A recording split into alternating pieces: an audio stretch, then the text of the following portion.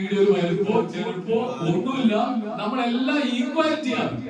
ഈ ചടങ്ങിന് വേണ്ടി 2-3 ആൾക്കാരുടെ നിന്ന് സംസാരിക്കുന്നതേ ഉള്ളൂ. നമ്മളൊരു ലീഡ്മാന്റെ മാതിരി ഏതെങ്കിലും ഒരു ലീഡ്മാൻ വേണമല്ലോ. അതുകൊണ്ട് ഇതിലിരിക്കുന്ന എല്ലാവരും ഇന്ന് പ്രഗത്ഭന്മാരാണ്, എല്ലാ കഴിവുള്ളവരാണ്. ഒരാൾ ഒന്നിനും കുറവുള്ളവരല്ല. അതിൽ ദൈവത്തോട് നമുക്ക് എല്ലാവർക്കും നന്ദി പറയാം.